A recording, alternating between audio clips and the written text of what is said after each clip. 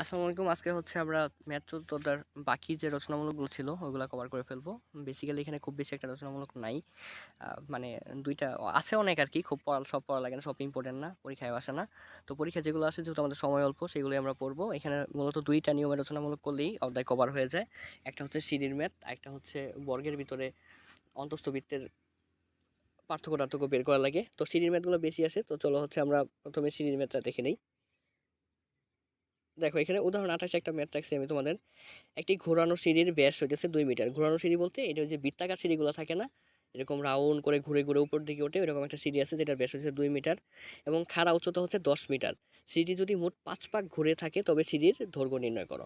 আচ্ছা, আমরা তো জানি কি সিঁড়ি মূলত কিরকম হয়? এরকম হয়, এরকম হয়, এরকম হয় এভাবে জ্যাটের মতো করে ওঠে। কিন্তু কিছু সিঁড়ি থাকে না এরকম গোল, গোল করে ঘুরে ওঠে। এরকম একটা গোল, গোল ঘোরানো সিঁড়ি আছে যেটা হচ্ছে কি ৫ পাক ঘুরে উঠছে।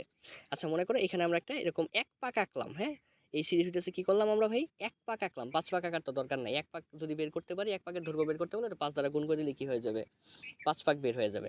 তো ১ পাক আঁকলাম মনে করো। এটা কি করছি ই থেকে নিয়ে জি পর্যন্ত এভাবে ঘুরে, ঘুরে উঠছে। ঠিক আছে? আচ্ছা। তো ১ম এ আমরা কি করলাম? এখানে হচ্ছে সিঁড়ির এটার ব্যাসার্ধ দেওয়া আছে না? ব্যাস দেওয়া আছে না ২ মিটার। তো ব্যাস থেকে আমরা আগে চলে কি করলাম? ব্যাসার্ধতে চলে গেলাম। ব্যাসকে ২ দ্বারা ভাগ করলে তো ব্যাসার্ধ চলে আসা যায়। তো এই ব্যাসার্ধ সামনে কাজে লাগবে। এটা এখানে রেখে দেই, হ্যাঁ? ২/২ = ১ মিটার হইতেছে এই সিঁড়ির ব্যাসার্ধ। ঠিক আছে? এখন এইভাবে আমরা একটা সিঁড়ি আঁকলাম। পরে ধরি কি করছি দেখো। ধরি ১ পাক সিঁড়ির উচ্চতা হইতেছে ইজি। এই যে সিঁড়িটা যে আঁকলাম এটার ১ পাকের উচ্চতা কি? ইজি। ইজি সমান কত? ১০ মিটার তো দেওয়াই গেছে।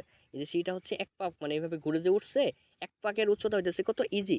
যা ই থেকে আরম্ভ করে জি বিন্দুতে গিয়ে শেষ হইছে। দেখো ই থেকে আরম্ভ করে কি জি বিন্দুতে গিয়ে শেষ হইছে। এখন সিঁড়ির ইজি অংশকে ইজি বরাবর কেটে এই সিঁড়িটা কি একটা বৃত্তাকার সিঁড়ি না? কালকে আমরা কি করছিলাম? বৃত্তের পরিধি বের করার জন্য কি করছিলাম? বৃত্তটা এই যে এভাবে কেটে ফেলছিলাম। কেটে কি করছিলাম? এবার সারফেসে বিছায় দিছিলাম। ভূমির ভিতরে এভাবে বিছায় দিছিলাম। এই কাজটা এখানে করছি। এখানে সিঁড়ির ইজি অংশ কেটে ইজি বরাবর কেটে সমতল আকৃতি দিলে এই যে ইজি বরাবর কেটে এই যে এবি বরাবর বসায় দিলাম, এবি বরাবর বসায় দিলাম। ঠিক আছে? এবি বরাবর বসায় দিলে এখানে এবি সমান সমান সিঁড়ির পরিধি। এই যে এবিটা যে এটা কি সিঁড়ির পরিধি।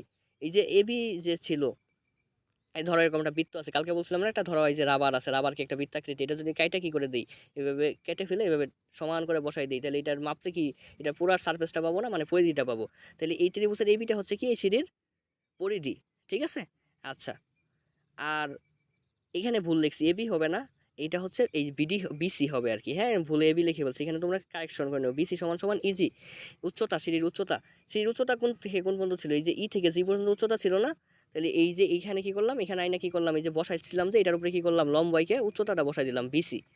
বিসি সমান সমান ইজি। ঠিক আছে? এখানে বলে আমি এবি লিখছি। তাহলে বিসি সমান সমান ইজি। এই যে এই বিসিটা সমান সমান কোনটুকু এই যে একটু কাইটা নিয়ে পরে এখানে বসালাম বিসি সমান সমান ইজি। তারপর এটা যোগ করলে কি দেখো তো একটা সমকোণী ত্রিভুজ হইলো না? এবং এই যে এসিটা কি এই ত্রিভুজের অতিভুজ না? এই ত্রিভুজের অতিভুজ যেটা সেটাই হইতেছে কি সিঁড়ির ১ পাকের দৈর্ঘ্য। এখন সামহাও যদি আমি ১ পাকের দৈর্ঘ্য বের করতে পারি তাহলে ৫ পাক দিয়ে ৫ দিয়ে গুণ করে দিলে ৫ পাকের দৈর্ঘ্য বের হয়ে যাবে। এইটাই তোমার বের করতে বলছে। ঠিক আছে? এবং এসি হতেছে ১ পাকের সিঁড়ির দৈর্ঘ্য। এই যে এসি যেটা এই ত্রিভুজের যে কর্ণ আছে সরি এই ত্রিভুজের যে অতিভুজ আছে সেটাই হচ্ছে কি ১ পাকের দৈর্ঘ্য। এখন আমার বের করতে বলছে কি ৫ পাকের দৈর্ঘ্য, তাহলে আমার আগে ১ পাকের দৈর্ঘ্য বের করতে হবে। আচ্ছা এই ১ পাকের দৈর্ঘ্যটা কি দেখো তো এই ত্রিভুজের অতিভুজ না? তাহলে সামহাও যদি এটা একটা সমকোণী ত্রিভুজ, সামহাও যদি আমি এটার অতিভুজ বের করতে পারি তাইলেই তো হচ্ছে আমার পরে ৫ দ্বারা গুণ করলেই ম্যাথ হয়ে যাবে। এখন অতিভুজ বের করতে গেলে কি লাগে? ভূমি লাগে আর কি লাগে? লম্ব লাগে। এখন লম্ব কি ১ পাকের উচ্চতা দেখো এর মান দেওয়াই আছে না ১০ মিটার। তার মানে লম্ব আমার কি আছে? দেওয়াই আছে। আমার শুধু দরকার কি? নিচের এই যে ভূমিটা দরকার। এখন নিচের এই যে ভূমিটা এই যে এবিটা কি ছিল? সিঁড়ির পরিধি না? তাহলে কি করতে হবে? সিঁড়ির পরিধি বের করতে পারলে তো আমরা এবির মান পেয়ে গেলাম। ঠিক আছে? আচ্ছা। এইখানে এবি সমান সমান কি? সিঁড়ির পরিধি। যেখানে এবি সমান সমান কি? সিঁড়ির পরিধি। আর সেইটা কি ছিল? বৃত্তাকার ছিল। বৃত্তের পরিধির সূত্র কি? 2 পাই আর। 2 পাই আর। ঠিক আছে? 2 পাই এর মান কত? 22/7। আর এর মান কত? 1। এই যে দেখো আর এর মান এখন কাজে লাগছে। এইজন্য কি করছে? আগে আর আমরা বের করে রেখে দিয়েছিলাম। আর কি? ব্যাসার্ধের মান কত? 1। তাই একটু ক্যালকুলেশন করলে আসলো কত? 6.2857 মিটার। এবং বিসি হইতেছে কি? সিঁড়ির উচ্চতা। এই যে বিসিটা হইতেছে কি? এই যে ইজি বা সিঁড়ির উচ্চতা। সিঁড়ির উচ্চতা কত দেওয়া আছে বলো তো? ১ পাকের উচ্চতা কত দেওয়া আছে? 10 মিটার দেওয়া আছে। তাহলে বিসি সমান সমান কত হবে? ১০ মিটার হবে। বিসি যেহেতু ইজি আর ইজি মানে কি উচ্চতা, উচ্চতা কত দেওয়া আছে? ১০ মিটার। তাহলে বিসি সমান সমান কত হবে? ১০ মিটার হবে। এখন এই ত্রিভুজের সমকোণী ত্রিভুজের আমরা ভূমি জানি, লম্ব জানি, অতিভুজ বের করতে পারবো না। সুতরাং এসি সমান সমান কি? √লম্ব স্কয়ার প্লাস ভূমি স্কয়ার। ক্যালকুলেশন করলে কত আসবে 7.036 মিটার। তাহলে এই যে এসি বের করলাম, এই এসিটাই কি দেখো তো এক পাকের দৈর্ঘ্য না, সুতরাং এক পাকের দৈর্ঘ্য সমান সমান কত হবে 7.036 মিটার। যেহেতু এক পাকের দৈর্ঘ্য এত, তাহলে সিঁড়িটা কত পাক ঘুরছিল, 5 পাক ঘুরছিল, তাহলে মোট সিঁড়ির দৈর্ঘ্য কত হবে, 5 পাকের দৈর্ঘ্য কত হবে, তাহলে এটারে জাস্ট এক পাকের দৈর্ঘ্যটা 5 দ্বারা গুণ করলে কি অঙ্ক সলভ। ঠিক আছে, এখন কোনো ম্যাথের ক্ষেত্রে তোমাদের এই ম্যাথটা একটু ঘুরাই দিতে পারে, যদি সিঁড়ির দৈর্ঘ্য না বের করে বলতে পারে যে হাতলের দৈর্ঘ্য বের করতে বলো। আচ্ছা সিঁড়ির দৈর্ঘ্য যতটুকু হাতলের দৈর্ঘ্য অতটুকুই হবে না, তাহলে ওই হাতলের দৈর্ঘ্য যদি বের করতে বলে তাহলেও সেম নিয়মে ম্যাথটা করতে হবে আর কি। ঠিক আছে, আচ্ছা আরেকবারে আমি একটু ওভার ভিউ দিই। মনে করো এখানে একটা পেঁচানো গোল সিঁড়ি আছে, সেটা 5 পাক, এরকম আরও 5টা পাক আছে, সব দেখানোর দরকার নেই, এক পাক দেখাইলাম। এটা ই থেকে নিয়ে জি পর্যন্ত ঘুরে ঘুরে গেছে। এই যে ইজি এটা আসলে বৃত্তাকার জিনিসটা, এখানে আসলে 2 ডাইমেনশন, তো এটা দেখতে এই জন্য এরকম লাগছে। এটা আসলে এই যে ই থেকে জি, এটা আসলে একটা বৃত্ত এরকম। হ্যাঁ, তারপরে কি করলাম, এই বৃত্তটা কেটে আমরা হচ্ছে এই ভূমি বরাবর এবি বরাবর বিছাই দিলাম। পরে যে ইজি ছিল উচ্চতা, এই উচ্চতা হইতেছে বিসি বরাবর দিয়ে দিলাম। তারপরে এটা যোগ করলে একটা সমকোণী ত্রিভুজ হইলো।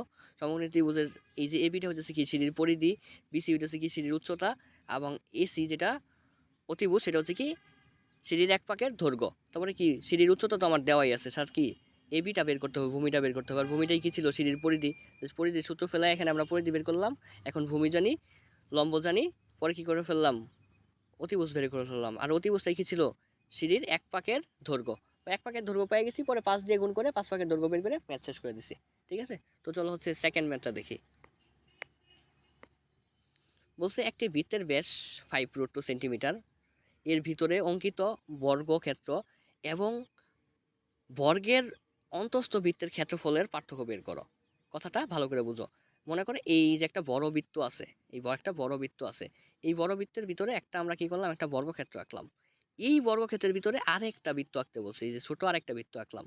পরে আমার কি বলছে, এই যে বড় বৃত্তের ভিতরে যে এ বি সি ডি বর্গক্ষেত্র আঁকলাম, এই বর্গক্ষেত্রের ক্ষেত্রফল এবং এই বর্গক্ষেত্রের ভিতরে যে একটা বৃত্ত আঁকলাম, এই বৃত্তের ক্ষেত্রফলের পার্থক্য বের করতে বলছে। তাহলে পার্থক্য বের করতে গেলে নিশ্চয়ই আগে আমার এবিসিডি বর্গের ক্ষেত্রফল লাগবে এবং এটার ভিতরের ক্ষেত্রফল লাগবে। পরে হইতেছে এটার থেকে এটা বাদ দিয়ে দিলেই কি আমরা পার্থক্য পেয়ে যাবো আর কি। এই বর্গক্ষেত্রের ক্ষেত্রফল থেকে তার ভিতরে যে বৃত্ত আছে সেটার ক্ষেত্রফল বাদ দিয়ে দিলেই কি পার্থক্য পেয়ে যাব।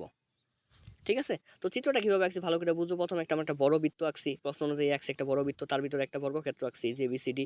এই এবিসিডির ভিতরে কি করছি আমরা আর একটা ছোট বৃত্ত, ছোট বৃত্ত আঁকছি আর কি। হ্যাঁ, আচ্ছা এখন এখানে একটা ক্লু দিছে, দেখো তার বলছে কি এই যে বড় বৃত্ত যা প্রথম বৃত্ত আছে এটার ব্যাস দেওয়া আছে, এটার ব্যাস দেওয়া আছে কত 5√2 পরিমাণ।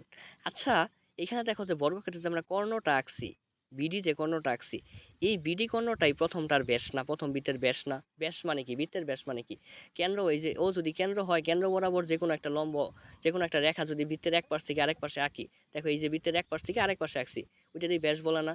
তাহলে এই বড় বৃত্তের ব্যাস যেটা ওইটাই কি আবার দেখো তো এই বর্গক্ষেত্রের কর্ণ না। হ্যাঁ কর্ণ।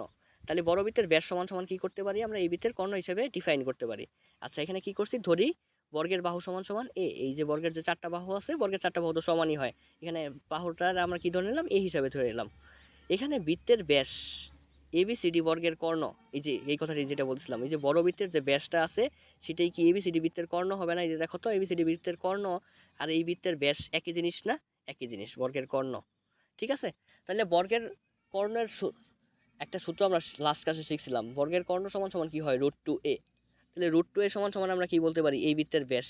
তাহলে কর্ণ সমান সমান বৃত্তের ব্যাস, তার মানে কি √2a সমান সমান কি এই বৃত্তের ব্যাস। এই বৃত্তের ব্যাসের মান কত দেওয়া আছে দেখো তো 5√2। তাহলে এই √2 আর √2 কেটে দিতে পারি, তাহলে এ সমান সমান কত 5 রইলো। তাহলে অলরেডি আমরা কি পেয়ে গেছি, বর্গক্ষেত্রের বাহুর দৈর্ঘ্য পেয়ে গেছি। ঠিক আছে, বর্গক্ষেত্রের বাহুর দৈর্ঘ্য পেয়ে গেছি। এখন আরেকটা জিনিস লাগবে, এখন আমার বাহুর দৈর্ঘ্য তো পেয়ে গেছি, এখন বাহুর স্কোয়ার করলেই তো বর্গক্ষেত্রের ক্ষেত্রফল পেয়ে যাব। এখন বর্গক্ষেত্রের ক্ষেত্রফল বের করলাম, এই বর্গক্ষেত্রের ভিতরে যে বৃত্ত আছে ওইটার ক্ষেত্রফল বের করতে হবে না। বৃত্তের ক্ষেত্রফল সমান সমান কি πr², তার মানে এই বৃত্তের ব্যাসার্ধ বের করতে হবে। আচ্ছা এখন একটা জিনিস খেয়াল করো, এখন আমি কি করলাম এই মাঝখান বরাবর আরেকটা রেখা আঁকলাম, মাঝখান বরাবর কি এই যে ই থেকে এফ পর্যন্ত একটা রেখা আঁকলাম। আচ্ছা যেহেতু এটা একটা বর্গক্ষেত্র, তাহলে এইখান থেকে এ থেকে ডি পর্যন্ত যতটুকু হবে ই থেকে এ পর্যন্ত একই পরিমাণ হবে না। তো বর্গক্ষেত্রে তুমি যেখানে লাইন আঁকো সমান পরিমাণ পাবা না, যদি সোজা করে লাইন আঁকো সোজা করে সমান পরিমাণ পাবো। এবং এই লাইনটা কি কেন্দ্র বরাবর আঁকছি। আচ্ছা এইটুকের দৈর্ঘ্য আমরা এর মান পেয়ে গেছি, এর মান কত পেয়ে গেছি 5 পেয়ে গেছি। তাহলে এর মান যদি 5 হয় তাহলে এটার ব্যাসার্ধ কতটুক দেখো তো, ইএফ এর অর্ধেক না, ইএফ এর অর্ধেক হবে না। তাহলে এডি সমান সমান যদি 5 হয় ইএফ সমান সমান 5 হবে যেহেতু বর্গক্ষেত্র। তাহলে ইএফটা আবার অর্ধেক করলে এই যে ই থেকে ও পর্যন্ত কি ব্যাসার্ধ, তাহলে এটার অর্ধেক করে দিলে কি আমরা হচ্ছে ছোট বৃত্তের ব্যাসার্ধ পেয়ে গেলাম। ঠিক আছে, আচ্ছা এটাই আমি এখানে লিখছি। দেখো এখানে এডি সমান সমান ইএফ, এই যে এটুক যতটুক এটুক কি অতটুকুই যেহেতু বর্গক্ষেত্র ইএফ। তাহলে ইএফ এডি যদি 5 হয়, এই যে এডি মানে কি এ মানে হচ্ছে এটার বাহুর দৈর্ঘ্য, এটি যদি 5 হয় তাহলে ইএফও কি 5ই হবে যেহেতু এটার এটা কি সমান, তাহলে ইএফও কি হবে 5 হবে। এবং ভিতরের বৃত্তের ব্যাসার্ধ কি হবে ও এফ, যদি সরি ও ই যদি নেই, এই যে এটুক তো হচ্ছে ব্যাসার্ধ, আবার ও এফও ব্যাসার্ধ, যে কোনো একদিক দিয়ে নিলেই হয়েছে আর কি। হ্যাঁ, যদি এটুক কি হবে এই টোটাল টুকের অর্ধেক না, এই টোটাল টুকের অর্ধেক না, তাহলে ওই সমান সমান কি হবে ই এফ বাই টু, এই যে ই এফ বাই টু। তাহলে ই এফ এর মান কত ছিল 5/2 সমান সমান তো 2.5। আচ্ছা এবার কি করে ফেলি, আমার যেহেতু পার্থক্য বের করতে বলছে দুইজনে, তাহলে দুইজনের আগে হচ্ছে দেখি ক্ষেত্রফলটুক কতটুক বের হয়। সুতরাং এবিসিডি বর্গের ক্ষেত্রফল, এই যে এবিসিডি বর্গের ক্ষেত্রফল সমান সমান কি হবে বাহু স্কোয়ার অর্থাৎ এ স্কোয়ার, এর মান কি 5 বের করছি, তাহলে 5 স্কোয়ার কত 25 বর্গ মিটার হবে। আর ভিতরের বৃত্তের ক্ষেত্রফল বের করতে হবে এখন, এই যে ভিতরের যে বৃত্তটা আছে ভিতরের বৃত্তের ক্ষেত্রফল বের করতে হবে।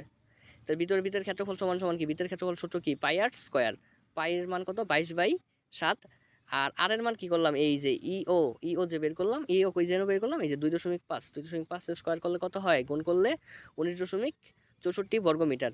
সুতরাং ক্ষেত্রফলের পার্থক্য কি হবে, বর্গক্ষেত্রের ক্ষেত্রফলের থেকে জাস্ট এটার ক্ষেত্রফল বিয়োগ করে দিলে, বর্গক্ষেত্রের ক্ষেত্রফল ছিল কত 25 আর ওইটার ক্ষেত্রফল ছিল কত 19.64, বিয়োগ করে দিলে কত থাকলো 5.35 বর্গ মিটার।